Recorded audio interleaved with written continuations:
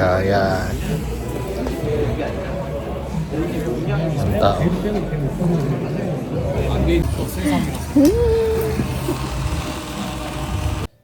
Yun na, basta. So, mag-unbox tayo nung kakabili lang pala natin itong AirPods Pro 2 sa Singapore. Pero kasi meron ditong kanta ng kanta, nasa tono pa, kaya ito. Bumili tayo ng AirPods Pro 3 sa Korea. Nandito pa tayo sa Korea ngayon. Obviously, ayun na, iba yung background. Kailangan ko nating unbox kasi unang-una para ma-testing kasi kung may problema, pwede naman natin i-warranty, kaso nga lang baka medyo matagal. At least nandito pa tayo. Anyway, so ayan, hindi ko pala pwedeng pakita kasi may serial. Pero nabili natin ng 369,000 won. So, plus minus na lang sa conversion. Pero pagka binili natin sa Pilipinas, more or less naglalaro ng 15,000. Pero dahil may tax refund, dapat dapat, ewan ko kung legit, pero kung tama yung conversion ko ng tax refund, papatak ng 13,700 or 13,800. So, mas mura pa rin. Anyway, so yan, AirPods Pro 3. Buksan muna natin to. So, eto na, nire-research ko na rin kasi sabi ko ano bang difference ng ng Pro 3 sa 2. Actually, wala naman masyadong difference, pero ayon sa Google at Reddit at kung ano-ano. So, difference ng Pro 3 versus 2, una, better active noise cancellation, which is very much obvious kasi bakit ka naman mag-upgrade ng 2 sa 3 kung hindi naman better, di ba? Improved sound quality, yun sabi niya, Pro 3 has revamped acoustic architecture. Siyempre, medyo pinagandaan lang yung terms doon. Longer battery life, feeling ko medyo tama to kasi yung nag-upgrade din kami ng iWatch namin. Kasi sobrang tagal nung battery ngayon nung Series 10 eh. So, feeling ko ganito rin mangyayari sa Pro 3. More ear tip size. Ito, makita natin to actual. Kasi dati 3, ngayon 5 na. Tapos, durability, water and dust resistance, new health features, halos parehas lang naman to. Improve Find My. So, halos wala masyado. Pero, then again, wait lang. So, kung sinasabi, kung magpipili mo yung Pro 3 sa 2 based sa research is yung earbud, silicone tip, halos parehas, MagSafe, okay lang, noise cancelling.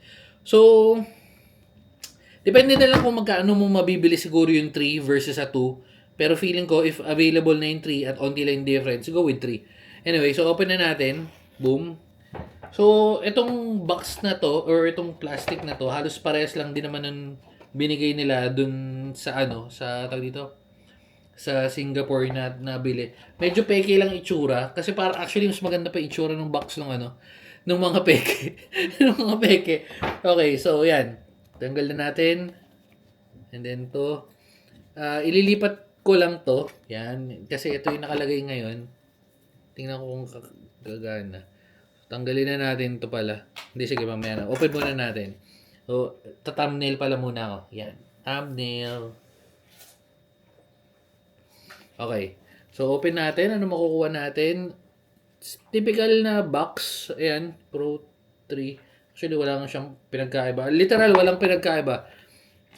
Well, bukod doon sa tatlo na earbuds or earbuds papunta ng 5. So, may mga sticker ka pa ba dito? Wala na.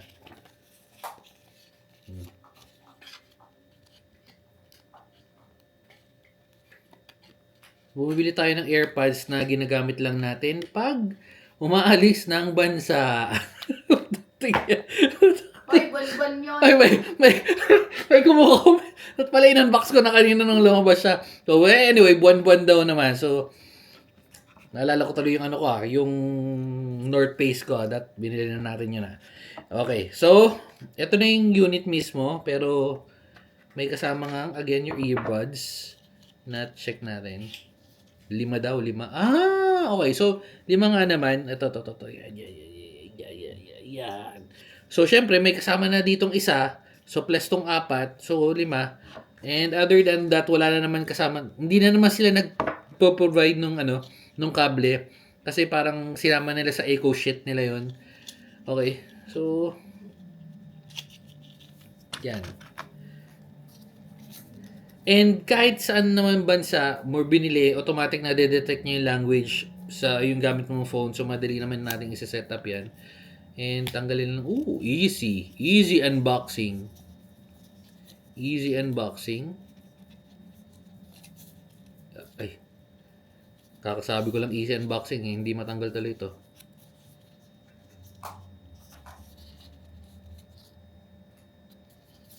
Tanggalin na natin. Sirain na natin ito. Ay matanggal eh.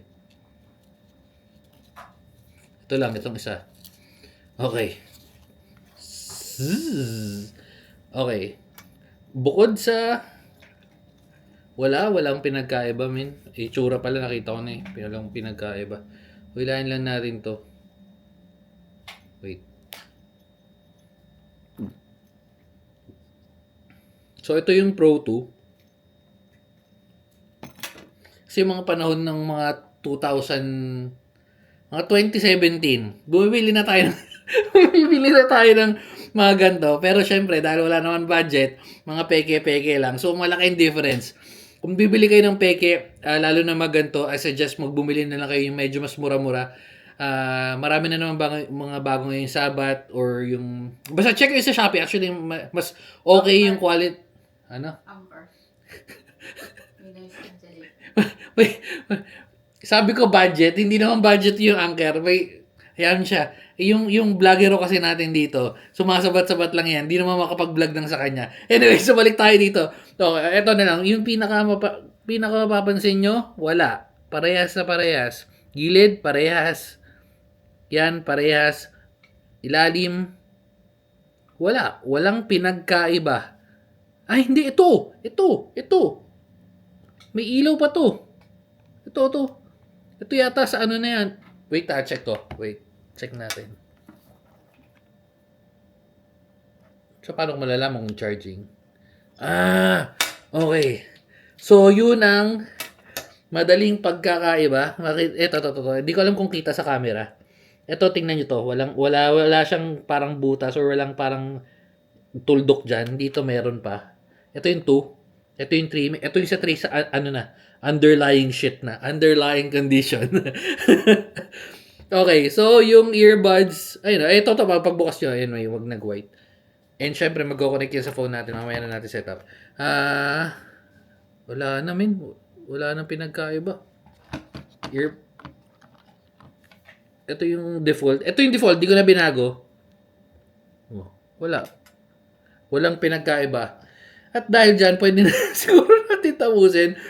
I-unpair ko na lang to. Tapos ang gagawin natin, bibigay na natin kay Bekbek tong isa. Ay, matanggal. Yung 2. Ayan, ito sa inyo. Itong kagandahan, pag original, yan. Aha. Yan ang sinasabi ko, Casper! So, alam ko nabanggit ko to nung nag-unboxing ako nitong 2 kasi na-testing ko rin eh.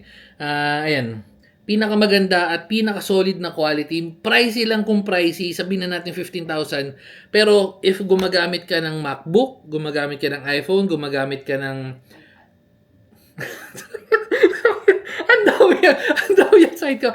So kung nasa ecosystem ka ng Apple, sobrang sulit to. Bakit? Kasi from iPhone, pag ginamit mo or lumipat ka sa MacBook, tumatalon yung tunog. And hindi nakokopya yun nung sa peke. At the same time, yung noise cancelling sobrang layo. Hindi na tayo nakapag-testing ng iba kasi nga feeling ko pag bumibili na ako ng medyo mas lower quality, parang sayang pera na lang. Pero tingnan natin. Pero then again, ayan na. So, umahaba na yung video natin. Dito na natin tatapusin. Setup lang natin. Babam! AirPods Pro 3. Bye-bye na guys. Malagdag. Babo. Ako natin, vlogger pala. May umabol. May video pala siya. Hindi kasya yung case ko. So, papalitan na. Ito, update agad oh. So, na-testing natin ang sobrang lupit nating AirPods. Medyo natuwa. Hindi ako medyo natuwa. Natuwa ako sa kanya kasi una-una, napakalupit ng transparency mode niya. Talagang transparent. Wala yan. Yun lang, update ko lang kayo.